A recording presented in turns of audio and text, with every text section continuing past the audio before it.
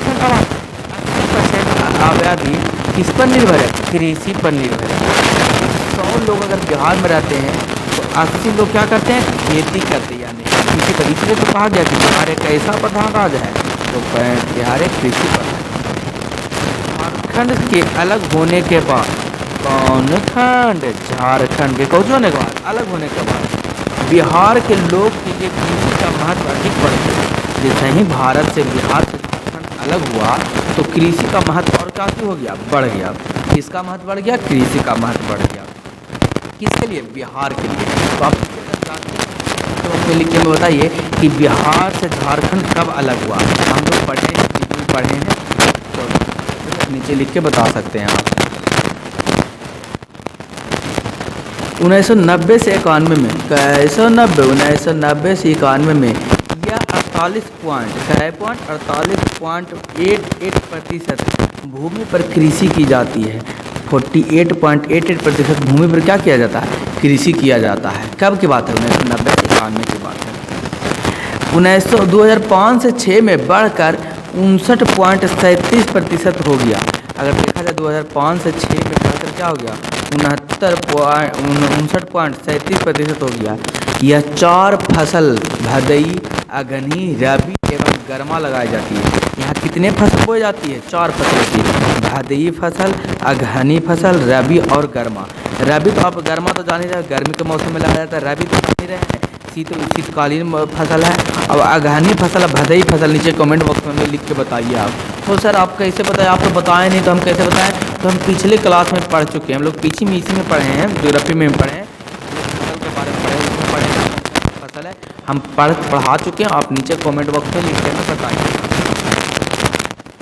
चलो बोल सर बताएं कुछ नीचे तो ये तो हम कितना खोए जाएंगे, अब समझ में आया। चलो रहने तो बताना है, चलो मैं बता देता हूँ। सर भदई, ऑटम, इंग्लिश में क्या कहते हैं? ऑटम। इसकी शुरुआत मई से जून तक होती है। किसकी शुरुआत मई से जून तक होती है? भदई फसल मई से जून तक बोया जाता है और 8 सितंबर में कटाई कर दी जाती है। यानी क्वेश्चन पूछेगा भदई फसल की बुआई कब होती है? तो मई और जून में। कटाई कब होती है? तो अगस्त और सितंबर के बीच में इसका क्या हो जाता है? कटाई हो जाता है। कौन फसल की? भदई फसल में। तो भदई फसल में प्रश्न पूछेगा कि भदई फसल में कौन कौन से फसल आते हैं सर? तो भदई फसल में धान, ज्वार, बाजरा, मकई और अतिरिक्त जूट और सब्जी की खेती इस समय में किया जाता है। और बहुत सारे चीज़ की खेती की जाती है इस समय में। कौन फसल? भदई फसल। भदई फसल किसको कहते हैं? धान, ज्वार, बाजरा और मकई, ये सब कौन सी फसलें हैं? भदई फसल। तो सर आपसे हमसे क्वेश्चन कैसे पूछेगा जो बताइए? हमको क्वेश्चन आपसे पूछेगा बताइए धान है जो किस प्रकार की फसल है? तो धान कर देगा। मकई किस प्रकार की फसल है? तो आप कहिएगा मकई भदई प्रकार की क्या है? फसल है। और सब्जी की खेती होती है कौन फसल में? तो क्या आप देख रहे कौन वाली डिबिया? हरी वाली डिबिया। क्या आप जानते हैं? डू यू नो बिहार में अगहन खेती की जाती है। बिहार में कौन खेती की जाती है? अगहन खेती की जाती है। अगहनी फसल को खरी फसल भी कहा जाता है। अगहनी फसल को और किस फसल के नाम से जाना जाता है? तो खरी फसल के नाम से जाना जाता है। तो आप अगर मम्मी अगर गाँव देहात से होंगे, हम तो गाँव देहात से हैं, अगर गाँव देहात से आप अगर बिल्कुल होंगे नहीं तो आपको मम्मी कहते होंगे नहीं आलू की सब्जी चोखा उखा बनाने की बोलते कहते अगहन उपजा है, जो आलू कहते रहता है, यानी कि अगहन में आलू बनता है, क्योंकि सब्जी की फसल भी लगाई जाती है। हाँ, अगला करा अगहनी फसल, सॉरी अगहनी फसल कहा जाता है, दूसरा कहा जाता है ये अगहनी फसल में लोग चलते हैं, हम बोल दिया आपको भदई फसल। अगहनी फसल अगहनी फसल कुछ चीज़ जिसको विंटर कहते हैं, जाड़ा में उपजाया जाता है। यानी कि कौन मौसम में अगहनी फसल उपजाया जाते हैं?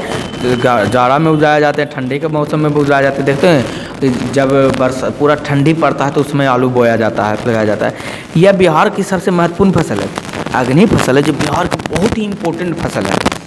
आधी से अधिक कृषिगत भूमि पर अगहनी फसल लगाई जाती है। आज आधा से देखा जाए तो कृषि भूमि जितना है, मान लीजिए आपके पास 100 कट्ठा है तो आधा 50 कट्ठा से ज़्यादा कौन फसल लगाई जाती है? अगहनी फसल लगाई जाती है। आधी से अधिक कृषि भूमि पर अगहनी फसल लगाई जाती है। यह फसल मध्य जून से अगस्त तक लगाया जाता है। कौन से? मध्य जून से अगस्त। देखो यहाँ पर हो गया भदई फसल अगस्त तक कटता है और एक बार जैसे ही कटेगा उसको सोचिए जून अगस्त में लगेगा कौन फसल, अगहनी फसल को बोया जाएगा। और नवंबर दिसंबर में काट लिया जाता है, नवंबर दिसंबर में काट लिया जाता है, कभी कभी जनवरी फरवरी तक काटा जाता है।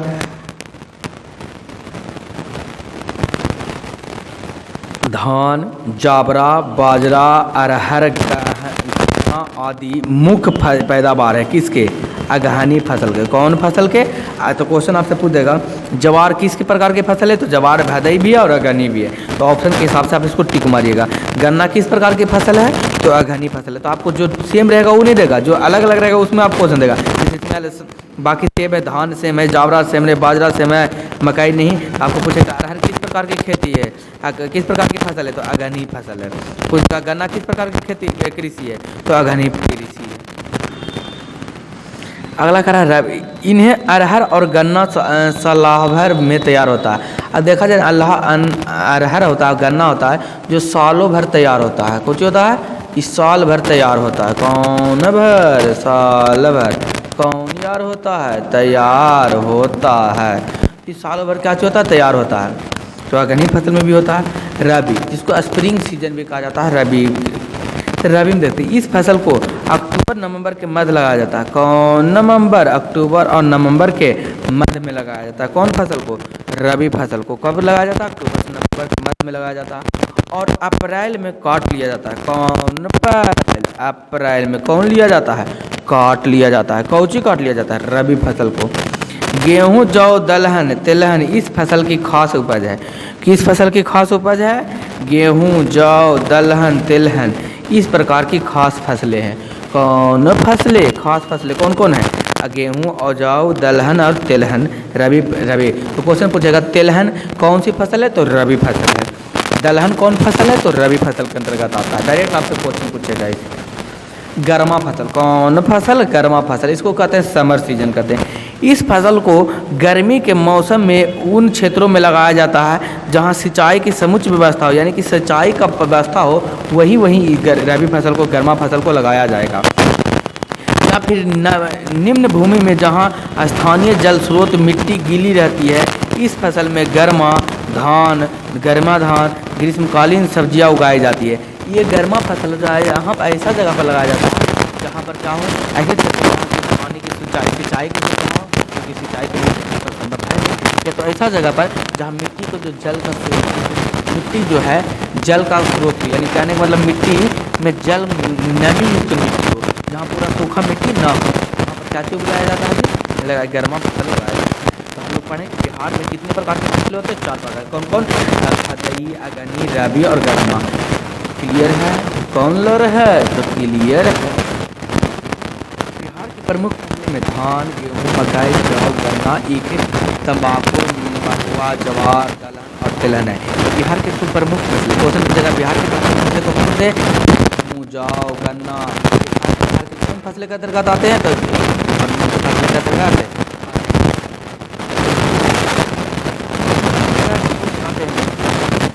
सब्जियाँ, फल, फूल की खेती बड़े पैमाने पर की जाती है। अब इसकी क्या की जाती है, कौन सी खेती की जाती है, तो फल की खेती की जाती है बहुत बड़े पैमाने पर। मानसिक 1.5 में बिहार के कृषि प्रदेश को दिखाया गया है। कौन प्रदेश को, कृषि प्रदेश को दिखाया गया है। कृषि प्रदेश फसलों के समूह को दर्शाता है। कृषि प्रदेश कौन समूह को दर्शाता है, समूह को दर्शाता है। इस मानचित्र से स्पष्ट है कि बिहार मूलतः खाद्य फसलों का उत्पादन राज्य है। ये इसे कह सकते हैं मूलतः कौन से फसलों को, खाद्य फसल, यानी जो खाने वाले फसल उसी फसल का उत्पादन करता है। खाद्य फसलें, खाद्य फूड प्रोडक्शन। बिहार की खाद्य फसलों में महत्वपूर्ण स्थान रखता है। बिहार को अगर देखा जाए तो खाद्य में महत्वपूर्ण स्थान रखता है।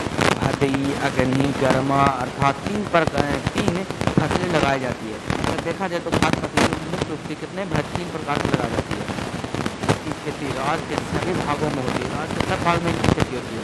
2006 से 7 में यहाँ 33.54 लाख हेक्टेयर भूमि पर लगभग 50 लाख टन धान का उत्पादन दर्ज किया गया। अगर देखा जाए तो 33.54 लाख हेक्टेयर भूमि पर कितना 50 लाख टन उत्पादन किया गया है। उत्तरी तथा पूर्वी भागों में धान की खेती की जाती है। उत्तरी तथा पूर्वी भागों में भदई धान की खेती की जाती है, जबकि अगहन धान की खेती पूरे राज्य में की जाती है। कौन राज्य? अगहन राज्य की खेती पूरे भारत में की जाती है। धान का सबसे अधिक उत्पादन पश्चिम चंपारण, रोहतास तथा औरंगाबाद में है। अगर देखा जाए तो धान के सबसे अधिक उत्पादन कहाँ है? पश्चिमी चंपारण, औरंगाबाद में है। इन तीन जिलों में बिहार का 18% से अधिक धान का उत्पादन होता है। अगर देखा जाए तो इस तीन जिलों में कौन कौन से जिलों के नाम है? पश्चिमी चंपारण, रोहतास और औरंगाबाद। ध्यान देने योग्य बात, कौन चंपारण, पश्चिमी चंपारण, कौन तास, रोहतास, कौनबाद, औरंगाबाद। ये तीन ऐसे ज़िले हैं जिसमें 18% से भी ज़्यादा धान का उत्पादन किया जाता है। पहला स्थान पर पश्चिम चंपारण है। पहला स्थान पर कौन? चंपारण, पश्चिम चंपारण। तो क्वेश्चन पूछेगा कि सबसे ज़्यादा धान की उत्पादनता कहाँ होती है? तो पश्चिमी चंपारण में होती है, जबकि रोहतास और औरंगाबाद क्रमशः द्वितीय और तीसरे नंबर पर आता है। रोहतास दूसरा नंबर पर, औरंगाबाद तीसरा नंबर पर। पश्चिमी चंपारण धान उत्पादन में एक स्थान पर, रोहतास दूसरा स्थान पर, औरंगाबाद तीसरा स्थान पर आता है। यानी सबसे ज़्यादा बिहार में कौन से जिले में चावल की उत्पादनता होती है? तो पश्चिमी चंपारण में चावल की उत्पादन क्षमता ज़्यादा है। और औरंगाबाद का क्रमशः द्वितीय स्थान है। अगर क्षेत्रफल की दृष्टि से देखा जाए तो रोहतास 5.76% अव्यय है। अगर क्षेत्रफल की दृष्टि से देखा जाए तो रोहतास में 5.76% क्या है? क्षेत्रफल, जहाँ पर धान उपजाया जाता है। अब हम लोग चलते गेहूँ। कौन हूँ? गेहूँ। अगर गेहूँ देखा जाए तो चावल हम लोग बारे में, चावल मुख्य रूप से भदई, अगहनी और गर्मा तीनों प्रकार के सीजन में लगाया जाता है धान। अब देखते हैं गेहूँ। गेहूँ क्या है? गेहूँ को इंग्लिश में बीट कहते हैं। गेहूँ भी खाद्य फसलों में धान के बाद गेहूँ दूसरे स्थान पर है। तो खाद्य फसलों में धान पहला स्थान पर था और दूसरा स्थान पर कौन सी है? गेहूँ है। इसका भी बहुत इंपॉर्टेंट है, महत्वपूर्ण है, जो खाद्य उत्पादन है या हमको कुछ चाहिए चाहे नहीं, रोटी और चावल तो चाहिए। यानी कहने का मतलब रोटी तो दूसरा स्थान पर, चावल पहला स्थान पर भारत में, बिहार में उपजाया जाता है या खाया भी जाता है। यह रबी फसल का मुख्य उत्पादन है। गेहूँ है जो रबी फसल का मुख्य उत्पादन है। 2006 से 7 में कुल 20.5 लाख हेक्टेयर में लगभग 43 लाख टन गेहूं का उत्पादन हुआ है। कितने टन गेहूं का उत्पादन हुआ? 20.5 लाख हेक्टेयर में लगभग 43 लाख टन गेहूं का उत्पादन हुआ। विगत कई वर्षों से गेहूं का उत्पादन और क्षेत्र में लगातार वृद्धि हुई है। अगर देखा जाए विगत तो कई सालों में गेहूं का उत्पादन और वृद्धि हुई है। इसका मुख्य कारण अब धान की कटाई है। इसका कौन कारण? मुख्य कारण किसकी कटाई है? धान की कटाई के बाद खेत बेकार प्रति के रूप में नहीं रह पाता। और देखा जाए तो खेत है जो प्रति के रूप में नहीं रह पाता है, धान के बाद तुरंत कटाता है, गेहूं लग जाता है। सिंचाई और रासायनिक उर्वरकों के बल पर इसकी खेती की जाती है। इसका खेती सिंचाई के बल पर किया जाता है और रासायनिक खाद के बल पर किया जाता है। इस फसल की बुआई नवंबर दिसंबर में की जाती है। इस फसल की बुआई कब की जाती है? नवंबर और दिसंबर में की जाती है और मार्च अप्रैल में काट लिया जाता है। कौन? अप्रैल, मार्च और अप्रैल में काट लिया जाता है। 2006 से 7 में गेहूं के उत्पादन में रोहतास जिला प्रथम रहा है। अगर देखा जाए 2006 से 7 में देखा जाए तो गेहूं के उत्पादन में रोहतास जिला कौन स्थान पर? प्रथम स्थान पर रहा है। इस जिले में इस वर्ष 4 लाख मीट्रिक टन, कै lakh metric ton? 4 lakh metric ton 136,000 hectare क्षेत्र में उत्पादन हुआ है और उत्पादन 2965.3 किलोग्राम प्रति हेक्टेयर उत्पादन होता है। किसका? गेहूं का उत्पादन इतना हो रहा है और होता है। मक्का, मेज, तीसरा महत्वपूर्ण स्थान है मक्का। बिहार का यह तीसरा प्रमुख खाद्य है। तो पहला कौन है बिहार का प्रमुख खाद्य? पहला आता है चावल, दूसरा गेहूँ और तीसरा मक्का। यह भदई, अगनी, रबी एवं गर्मा चारों फसल में पैदा किया जाता है। मक्का है जो चारों प्रकार के फसलों में उपयोग जाता है। गर्म भदई हो, अगनी हो, रबी हो, गर्मा, ये चारों प्रकार के फसल है। सिंचाई की व्यवस्था एवं उत्तम बीजों के उपयोग से इसकी उत्पादन में काफ़ी वृद्धि हुई है। अगर देखा जाए सिंचाई की व्यवस्था एवं उसके उत्तम बीजों की उपयोगिता में देखा जाए तो इसका महत्वपूर्ण योगदान यह काफ़ी वृद्धि किया गया। इसका कुल उत्पादन, इसका कौन उत्पादन? कुल उत्पादन 2006 से 7 में 798.36 हज़ार मीट्रिक टन हुआ और सबसे अधिक उत्पादन खगड़िया जिला में होता है। कौन जिला? खगड़िया जिला। तो पूछ देगा मकई का उत्पादन सबसे ज़्यादा कहाँ होता है? तो खगड़िया जिला में होता है। जबकि दूसरे एवं तीसरे स्थान पर समस्तीपुर और बेगूसराय है। खगड़िया मकई के उत्पादन में पहला स्थान पर, दूसरा स्थान पर समस्तीपुर और तीसरा स्थान पर कौन सा? बेगूसराय मक्का का उत्पादन करता है। हम लोग चलते हैं मोटे अनाज। कौन अनाज के बारे में पढ़ते हैं? मोटे अनाज के बारे में पढ़ते हैं। मोटे अनाजों में महुआ, मिलेट, जवार और बाजरा के सम्मिलित किया गया है। क्वेश्चन पूछेगा निम्नलिखित में से कौन से मोटे अनाज है? तो महुआ अगर ऑप्शन में रहेगा तो महुआ मारिएगा, जवार रहेगा तो जवार मारिएगा, मिलेट रहेगा तो मिलेट और बाजरा रहेगा तो बाजरा। आपको अगर नहीं समझ में आता कि मिलेट क्या, महुआ क्या है, मिलेट क्या, जवार है, बाजरा क्या, आप गूगल पर सर्च मारिए और देखिए, उसका चित्र आपको दिखाई देगा जिससे आपको समझ में आ जाएगा कि महुआ कैसा होता है, मिलेट और ज्वार कैसा होता है। इसकी खेती 2006 से 7 में 46.71 हज़ार हेक्टेयर में हुई है। इसका जो है देखा जाए तो इसकी खेती क्या चीज़ है, 2006 से 7 में 46.71 हज़ार हेक्टेयर में हुई है और कुल उत्पादन 45.7 हज़ार मीट्रिक टन है। और इसका कुल उत्पादन क्या हज़ार है? 45.7 हज़ार मीट्रिक टन है। मधुबनी जिला में, कौन जिला? मधुबनी जिला में मोटे अनाज के उत्पादन में प्रथम स्थान रखता है। अगर देखा जाए मधुबनी जिला में तो मोटे अनाज में प्रथम स्थान पर कौन रखता है? मोटे अनाज पर प्रथम जिला मधुबनी। कौन बनी? मधुबनी। कौन? मोटे अनाज में सबसे ज़्यादा उत्पादन कहाँ होता है? मधुबनी में होता है। दूसरा स्थान पर किशनगंज है। दूसरा स्थान पर कौन गंज है? किशनगंज है। फिर हम लोग देखते हैं अगला तिलहन। तेलहन कौन है? तेलहन वाइल्ड सीड्स, राई, सरसों, तीसी, सूरजमुखी, कुसुम, रेडी, तिल, मूंगफली मुख्य रूप से तेलहन फसल है। ये मुख्य रूप से कौन से फसल के अंतर्गत आते हैं? तो तेलहन फसल के अंतर्गत आते हैं। किंतु तेल निकालने के लिए मुख्य रूप से सरसों, राई, तीसी, तेल निकालने के लिए मुख्य रूप से क्या चीज़ का आवश्यकता है? सरसों है, राई है, तीसी, इस सब का उपयोग किया जाता है। आप नीचे यहाँ पर देख रहे होंगे चित्र में आपको दिखाया गया कृषि प्रदेश, चावल गेहूँ यहाँ तो पश्चिमी चंपारण में चावल गेहूँ, यहाँ पर चावल पटसन गेहूँ, इतना क्षेत्र में बिहार का ही नक्शा इस तरीक़े से गेहूँ चावल पटसन, यहाँ पर मक्का गेहूँ चावल, चावल गेहूँ मक्का, चावल गेहूँ मक्का और चावल गेहूँ मक्का, इस सारे फसल का उपजाए जाते हैं, इन्हीं क्षेत्रों में उपजाए जा रहे हैं। सूरजमुखी का उपयोग होता है और सूरजमुखी का उपयोग की चीज़ तिलहन में यानी कि तेल में निकालने में किया जाता है। कर 2006 से 7 में 140.60 हज़ार हेक्टेयर भूमि पर तेलहन की खेती की गई थी। किसकी खेती की गई थी? तेलहन की। तथा कुल उत्पादन 149 हज़ार मीट्रिक टन था। तिलहन उत्पादन में सबसे आगे पश्चिमी चंपारण था। तिलहन उत्पादन में सबसे आगे कौन चंपारण था? पश्चिमी चंपारण। इसके बाद बेगूसराय, पूर्णिया एवं सहरसा का स्थान आता है। सबसे ज़्यादा तिलहन में उत्पादन में कौन सा रहा है? बेगूसराय। उसके बाद पश्चिमी चंपारण, इसके बाद बेगूसराय दूसरा नंबर पर, पूर्णिया तीसरा नंबर पर और चौथा नंबर पर कौन है? सहरसा है। तो पश्चिमी चंपारण कौची में चावल में भी उत्पादन है और तेलहन में उत्पादन भी अधिक है। Do you know sir? हरी बाली डिबिया, क्या आप जानते हैं? Do you know? तेलहन की 2 फसलें हैं, एक रबी जिसमें राई, सरसों, तीसी, सूरजमुखी, कुसुम और रेड़ की, तथा दूसरी खरीफ में तिलहन की होती है जिसमें तिल, सूरजमुखी और मूंगफली की खेती की जाती है। यानी कि तिलहन 2 प्रकार के होते हैं, एगो रबी तिलहन, एगो खरीफ तिलहन। तो रबी तिलहन में कौन कौन आता है? राई, सरसों, तीसी, सूरजमुखी, कुसुम और रेड़ी रबी तिलहन के अंतर्गत आते हैं। और तिल, सूरजमुखी और मूंगफली किसके अंतर्गत आते हैं? खरीफ फसल के अंतर्गत आते हैं। अगला कर रहा पल्स, दलहन। दलहन को क्या कहते हैं? इंग्लिश में पल्स कहते हैं। वो पल्स ना खाए वाला चॉकलेटवा, पल्स यहाँ दाल वाला। बिहार के दलहन फसलों में चना, मसूर, खेसारी, मटर, मूंग, अरहर, उड़द तथा कुर्थी प्रमुख है। अगर देखा जाए तो बिहार के प्रमुख दलहन फसल में देखा जाए तो चना, मसूर, खेसारी, मटर, मूंग, अरहर, उड़द तथा कुर्थी प्रमुख दाल के फसल है, दलहन फसल है।